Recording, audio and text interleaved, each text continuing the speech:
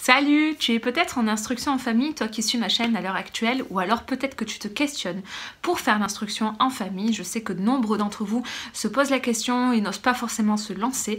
Dans cette vidéo, je voudrais te montrer notre espace de travail. Avant que je te montre quoi que ce soit, je pense qu'il est vraiment important de savoir que cet espace que j'ai, c'est parce que ça fait des années que je me forme en pédagogie Montessori, que ça a pris une place importante dans notre vie et que nous l'utilisons donc au quotidien.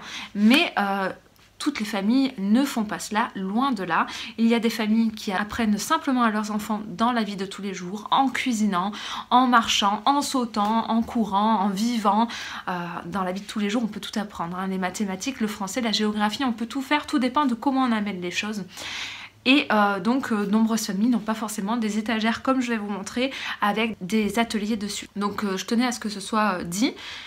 Parce que j'ai pas envie que ce partage que je vous fais soit un partage qui mette la pression et qui vous fasse dire ah ben non mais attends, moi j'ai pas tout ça, je peux pas me lancer en instruction en famille, ou alors oh là là je suis en instruction en famille mais je fais pas tout ça, donc voilà, j'ai pas envie que ce soit ça ma vidéo. Ma vidéo, je voudrais qu'elle soit plus inspirante. Je vais vous montrer certaines choses qu'il y a sur les étagères, je vais vous montrer un peu tout, on va faire le tour, et puis peut-être qu'il y a certains matériels qui vous poseront question. Et dans ces cas-là, n'hésitez pas à me poser des questions en commentaire, ça peut faire l'objet de vidéos plus spécifiques sur certains ateliers pour vous expliquer précisément comment mettre ça en place simplement chez vous si ça vous intéresse. Voilà, c'est plus ça le but de la vidéo, faire un partage sur les différents ateliers qui sont possibles et que nous mettons en place nous dans notre famille.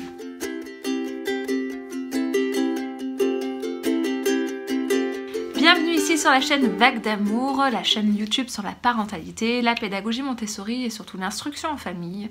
Donc comme je te disais, maintenant ça va être le moment de te montrer ce que j'ai sur les étagères.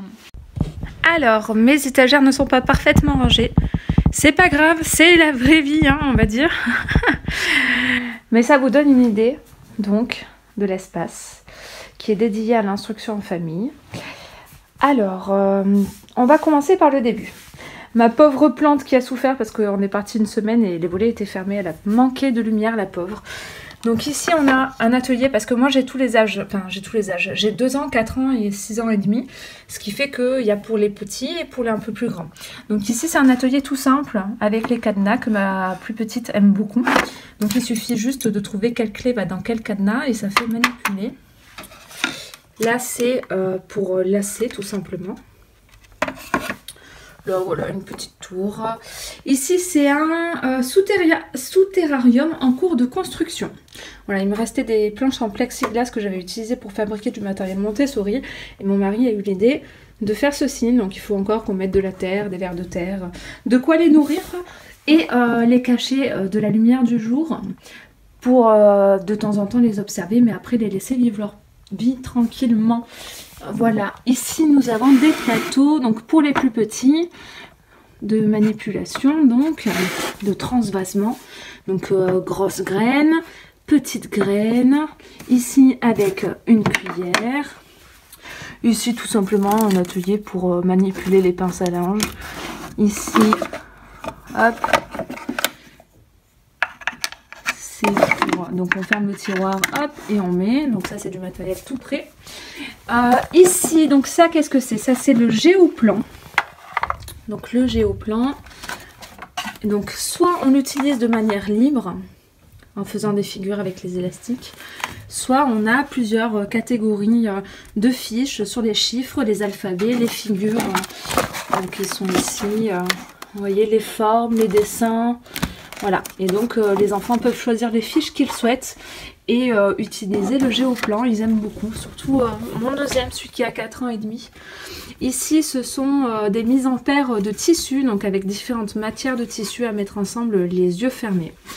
Ici, c'est un atelier encore de transvasement, mais avec l'eau et avec une pipette. Pour les ateliers de transvasement, il y a vraiment plusieurs types d'ateliers possibles.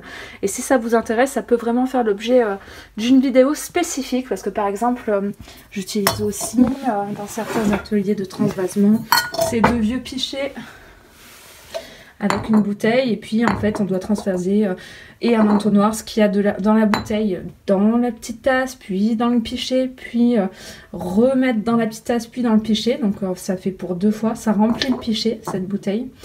Et puis après, avec l'entonnoir, il faudra tout remettre aussi dans la bouteille. Bon, voilà, il y a plein de possibilités pour les ateliers de transvasement avec l'eau. À côté, donc ce sont des boîtes à façon qui consistent à mettre ensemble des bouteilles par paire. Voilà, tout simplement.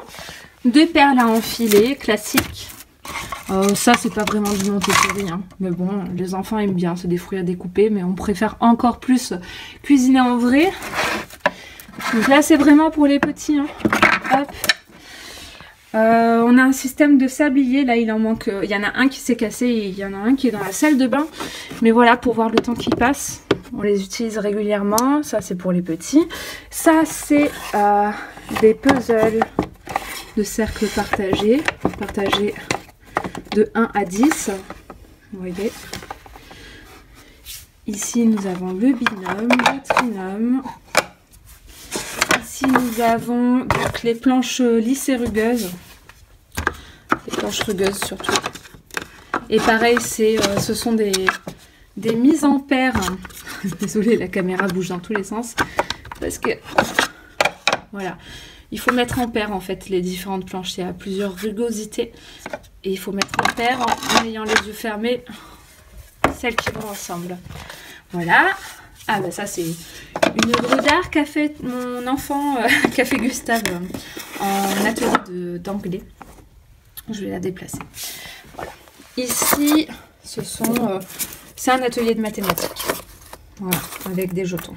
Donc en fait, en gros, il faut mettre le 5 et l'enfant prend la quantité de jetons et l'associe au nombre. Pareil ici, avec des petits haricots à l'intérieur du sachet et des petits tickets billets à tirer avec un nombre écrit. Ça, c'est un jeu qui m'a été donné par une orthophoniste. Alors, attendez.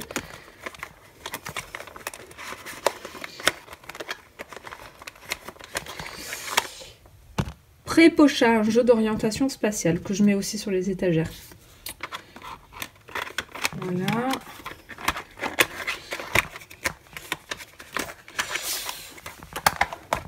Ensuite, ici, j'ai quelques puzzles, mais il m'en manque encore beaucoup de zoologie botanique. Là, j'ai une matrioshka qu'on aime beaucoup. Là, ce sont les boîtes des couleurs. Voilà, la petite boîte des couleurs. Un pinceau qui n'a rien à faire là. La moyenne, la grande boîte des couleurs. Voilà. Là, encore des mathématiques. Table des additions, table des soustractions. C'est un document que j'ai fabriqué moi, mais qui est issu de la pédagogie Montessori aussi. Avec ça, mais ça, je vais le refaire en baguette de bois. Ce sera mieux et plus adapté. Enfin, je trouve que ce sera mieux au niveau manipulation. Ici, on a le cabinet de géométrie. Alors, les formes, les puzzles sont en bois. Et le cabinet, comme il était un peu cher, on a fait système D et on l'a fabriqué en carton. Enfin, c'est surtout mon mari qui l'a fabriqué en carton pour le coup. Ça a pris beaucoup de temps. Mais ça nous a fait quand même des économies, ce qui permet d'investir dans d'autres matériels. Là, ce sont les plateaux pour la banque, le jeu de la banque. Donc le jeu de la banque qui est ici. Là, voilà. Ça, ça c'est la table de Seguin. Je ne sais pas si vous connaissez. Ce sont juste des chiffres à manipuler. C'est pas du Montessori. Mais pour moi, je vous expliquerai dans une autre vidéo ce que c'est la macrosphère, la mésosphère et la microsphère. Et pour moi, dans ce sens-là, ça a tout son sens. Donc je vais le mettre là pour l'instant. En dessous, c'est une boîte de géométrie aussi pour construire ces formes. Avec des punaises, des attaches parisiennes, etc. Pour construire donc les formes géométriques. Nous avons les chiffres rugueux ici. En haut, j'ai donc le jeu du serpent positif, celui du serpent négatif. Donc en fait, ce sont des perles en Montessori pour apprendre les additions, les soustractions. Ça fait partie du jeu de la banque aussi. À côté, c'est pour faire des multiplications. Ça, c'est un boulier pour les additions, soustractions. Ici, sous les bazars, j'ai les timbres. Les timbres qui sont utilisés en mathématiques aussi, pour addition, soustraction, etc. Que ma fille utilise en ce moment donc pour les additions. Là, j'ai encore un damier de multiplication. Ici, c'est pour les divisions. Hop, je sais pas si on voit bien, si je vise bien. Mais ça aussi, ce sont pour les divisions. Là, c'est de la grammaire. Là, ce sont des petits problèmes de mathématiques jocateurs que je rajoute aussi sur les étagères parce que ça fait faire les choses de manière différente. Et c'est aussi intéressant. Là, ce sont les lettres rugueuses. Voilà. Là, ce sont les symboles de grammaire. Et il y en a 2 qui ont été perdus par ma plus petite de 2 ans. Donc, je vais finir par les retrouver. Mais pour l'instant, je ne sais pas où ils sont. Voilà. Avec les petits symboles dans une boîte pour les utiliser. Et en fait, les mettre en lien avec ces petites phrases. En fait, chaque symbole représente quelque chose. Par exemple, ceci, c'est le nom. Et en fait, du coup, le nom, là, c'est le chat. Et en fait, l'enfant doit trouver où se trouve le nom et mettre le symbole associé au-dessus. Et il a l'autocorrection derrière. Voilà. Résumé rapide, il y a une explication pour chaque forme, en fait, pourquoi elles sont comme ça, etc. Une petite histoire qui va avec, qui permet à l'enfant de se souvenir facilement et de pouvoir donc facilement savoir qu'est-ce qu'un nom et qu'est-ce qu'un nom, un verbe, etc. Donc là, ce sont mes lettres mobiles. Mon grand alphabet mobile. En dessous, j'ai les petits alphabets mobiles, donc 2, un de couleur rouge, un de couleur bleue. Là-dedans, j'ai les dictées muettes qui sont encore en cours de construction. Là, j'ai des petits cahiers que j'ai fabriqués et du matériel, beaucoup de choses là-dedans. Il y a des cahiers que j'ai fabriqués où mes enfants s'entraînent à écrire. Voilà, ça c'est les tout premiers, hein, donc... Viol, c'est l'instrument de musique, au cas où. Poterie, rideau, voilà. Donc je fais les lignes plus grosses exprès pour que l'enfant puisse plus facilement apprendre à écrire. Après, ici, ce sont les volumes de géométrie. Ça, en fait, ça fait partie d'un jeu de rose qu'on verra plus loin. Là, c'est pour les emboîtements cylindriques et aussi des figures pour la tour rose et l'escalier marron pour les combiner entre eux. Ma tour rose est ici. Et mon escalier marron est là. Voilà, avec un petit jeu aussi à côté pour les enfants. Là, ce sont les emboîtements cylindriques. Ici, j'ai l'arc-en-ciel de Grimm qui n'a rien à voir avec du Montessori, qui a bien vécu et qu'il faudrait que je nettoie un peu. Voilà, là j'ai les fuseaux, donc vous voyez c'est fabriqué par mes soins, donc tout en carton, et là des tourillons tout simplement. Donc voilà, si vous avez des questionnements à propos de la fabrication de matériel et que vous souhaitez un peu d'aide à ce niveau-là, je peux aussi vous aider. Là c'est pour les multiplications aussi. Là c'est pour les divisions. Voilà, il y a du bazar quand même un peu sur mes étagères, mais ça va. Et après, c'est un peu une partie, livres et ressources sur différents thèmes. Voilà, donc l'histoire, par exemple l'histoire des Grecs, parce que je fais aussi un peu la pédagogie Charlotte Mason. Et donc, c'est un des livres qui peut être conseillé là-dedans. Ça, ce sont des images dans un cadre... sur la préhistoire, et en fait ce sont des cadres que j'ai achetés à Action tout simplement. J'imprime l'image qui me plaît et de temps en temps, régulièrement, je change en fonction du sujet que nous abordons. Voilà, derrière j'ai un livre qu'on aime beaucoup sur les drapeaux du monde, expliqué aux enfants. Ce livre est vraiment génial. Donc ça vous donne une petite idée, si vous voulez en savoir plus, pareil. Si vous avez des envies de présentation sur certains livres, etc., je peux vous faire ça. Ça c'est la petite boîte en lien avec la préhistoire justement. Voilà. Il y a encore La naissance du monde aussi, c'est un super livre. Voilà, je sais pas si vous connaissez. Hop, voilà. Avec leurs petites affaires, les crayons, les trousses, etc. Le jeu Perplexus que je mets sur l'étagère parce que je le trouve génial. Et ça aussi, ça pourra faire l'objet d'une vidéo si vous êtes curieux. Vraiment, il est super. Mes enfants adorent. Ça c'est mes nomenclatures de géographie en cours de construction. D'ailleurs vous pouvez les trouver sur le site Vagues d'amour avec des belles images vraies, réelles. Donc si ça vous intéresse, vous trouverez ça sur mon site. Et j'ai déjà partagé à ce sujet en vidéo, il me semble aussi, sur YouTube. Et ça en fait, oui, voilà, c'était le petit truc que j'ai dit, ça fait partie d'un jeu de rose, c'est ça en fait, c'est un atelier de peinture, je l'ai mis là, bon.